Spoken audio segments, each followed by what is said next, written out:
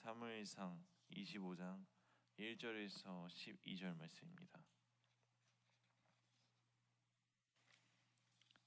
사무엘상 25장 1절에서 12절 말씀입니다. 함께 한 절씩 교독하도록 하겠습니다. 사무엘이 죽음에 온 이스라엘 무리가 모여 그를 두고 슬피 울며 라마 그의 집에서 그를 장사한지라. 다윗이 일어나 바란 광야로 내려가니라.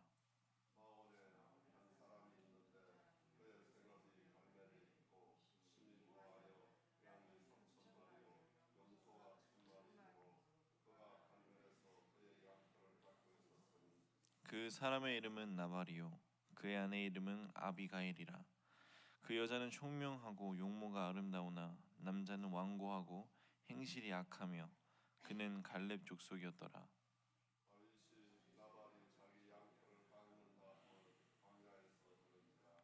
다윗이 이에 소년 10명을 보내며 그 소년들에게 이르되 너희는 갈멜로 올라가 나발에게 이르러 내 이름으로 그에게 문안하고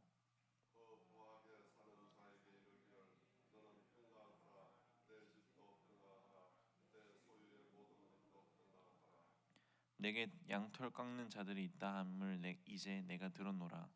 내 목자들이 우리와 함께 있었으나 우리가 그들을 해하지 아니하였고 그들이 갈멜에 있는 동안에 그들의 것을 하나도 잃지 아니하였나니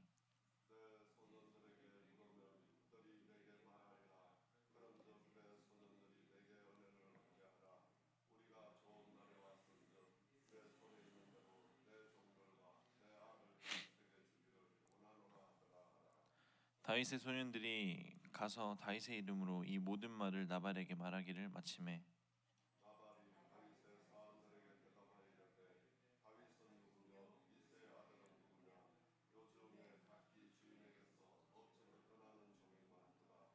내가 어찌 내 떡과 물과 내 양털 깎는 자를 위하여 잡은 고기를 가져다가 어디서 왔는지 알지 못하는 자들에게 주겠느냐 한지라. 이에 다윗의 소년들이 돌아서 자기 길로 행하여 돌아와 이 모든 말을 그에게 전하매. 아멘. 오늘도 새벽을 깨어 하나님 앞에 나와 예배드리는 성도님들 마음속에 주님의 은혜가 함께하기를 소망합니다. 예전 미국과 이라크의 전쟁에서 대한민국의 파병에 대해서 많은 논란이 일었습니다. 많은 사람들은 왜 군인들이 굳이 미국이 저지른 전쟁을 돕기 위하여서 그 위험한 이라크까지 가야 하는지 이유를 잘 알지 못하였습니다. 그러나 우리가 분명히 알아야 할 것은 평화는 결코 저절로 이루어지지 않는다는 것입니다. 평화가 이루어지기 위해서는 눈에 보이지 않는 노력들이 있습니다. 한국과 미국과의 관계만 보아도 평화를 유지하기 위해서 막대한 비용이 지불됩니다.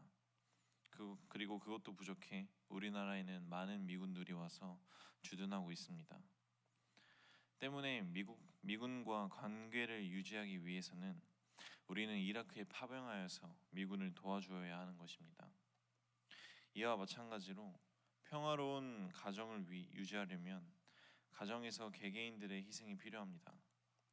만약 가장이 가장으로서 책임을 다하지 않는다면, 그리고 어머니가 어머니로서 책임을 다하지 않는다면 그 가정의 평화는 유지되기 힘들 것입니다. 또 가정과 같이 교회도 마찬가지입니다. 교회가 늘 은혜로운 것은 누군가가 교회를 위하여서 말없이 기도하고 또 수고하기 때문입니다.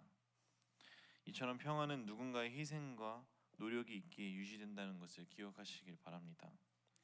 함께 나누는 25장의 전체적인 이야기는 다윗이 어려운 시기를 맞이할 때에 다른 사람에게 도움을 요청하지만 거절당하고 난 뒤 일어나는 사건을 담은 이야기입니다. 우리가 함께 나누는 본문에 나발이라는 자가 등장하게 되는데 이 나발이라는 자는 굉장히 부유한 사람으로 소개가 됩니다.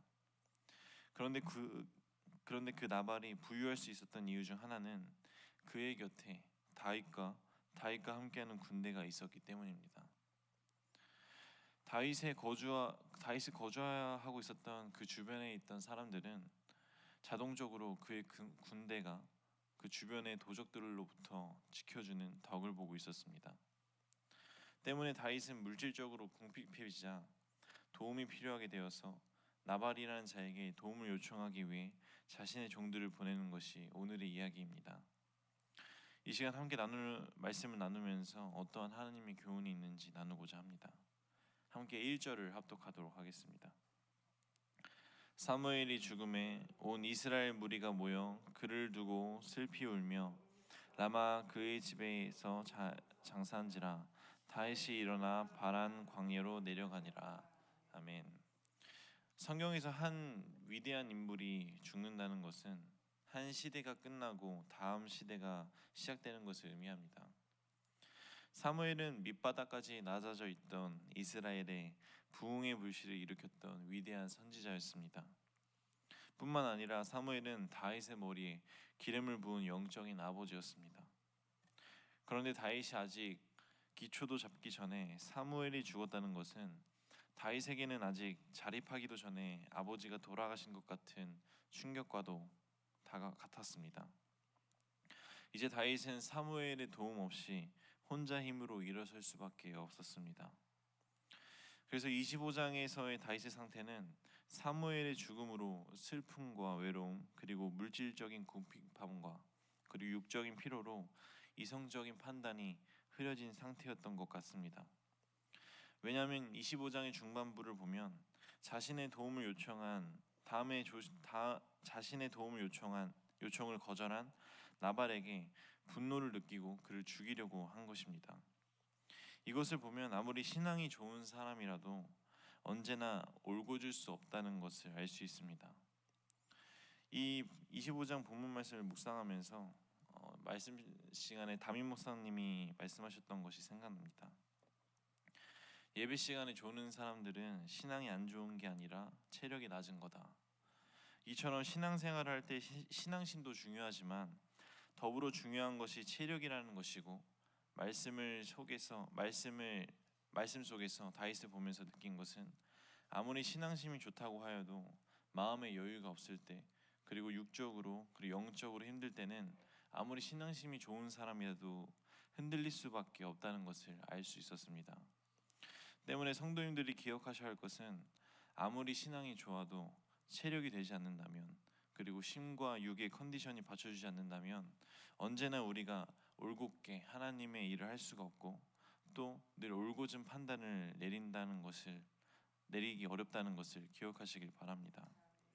다시 본문으로 돌아와서 만약 말씀 속에서의 다윗이 자신의 감정에 휘둘려서 나발을 죽였더라면 훗날 다윗이 왕이 되었을 때 치명적인 오점이 되었을 수도 있었을 것입니다. 한 나라의 왕이 화가 난다고 해서 감정에 휘둘려서 살인을 저질렀다는 것은 백성들에게 있어서는 큰 약점으로 잡힐 것이기 때문입니다. 오늘날 SNS를 통해서도 이와 같은 일들이 일어납니다.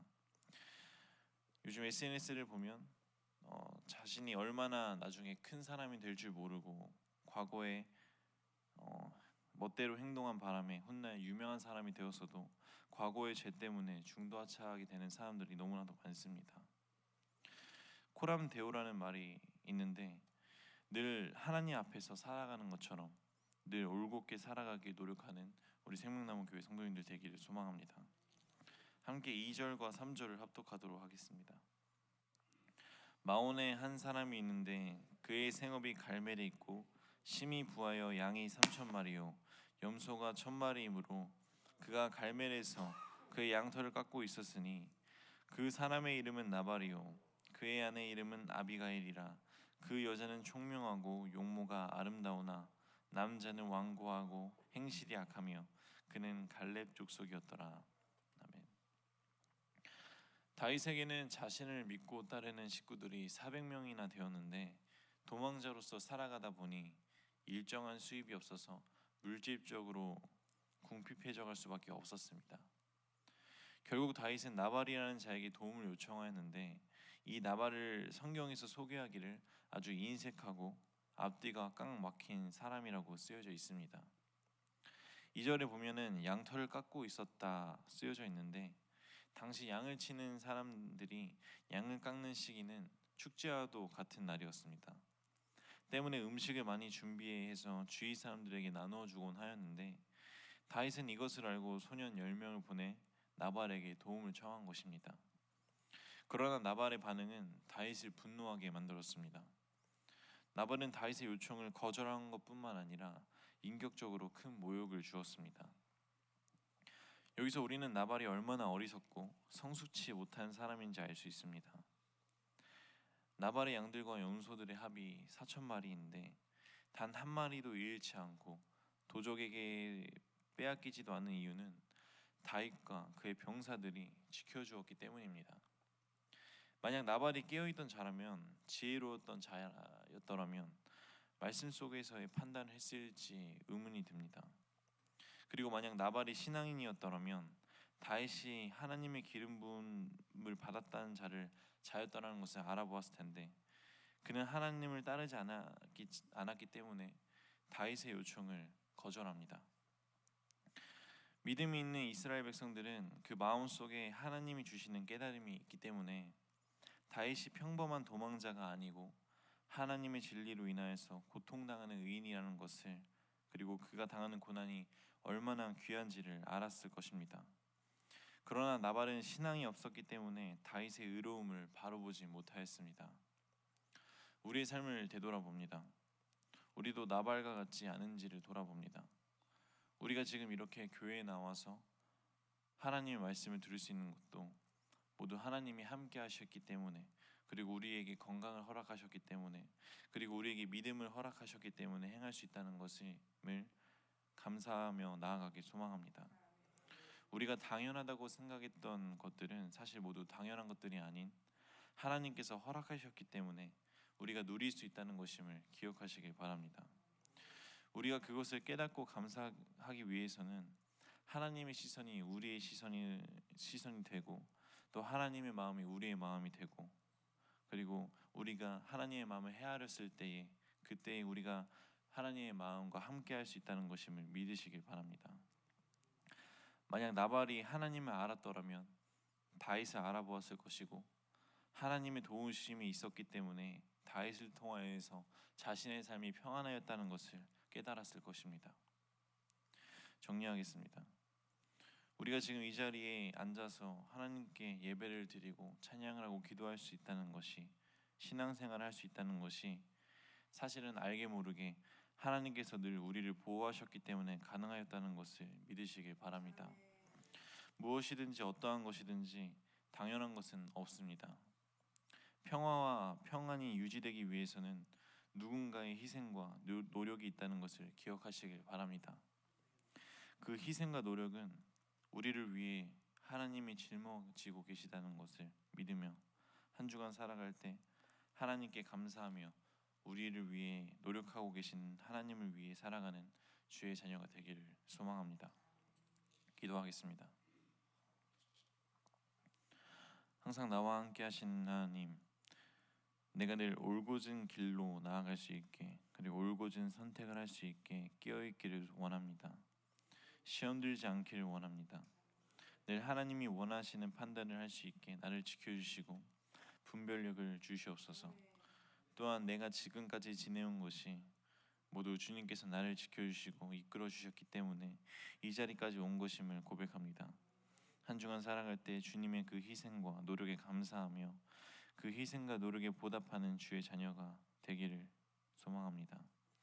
주님께서 기쁘시게 사용하실 것을 믿으며 이 모든 말씀 주 예수 그리스도의 이름으로 기도드립니다.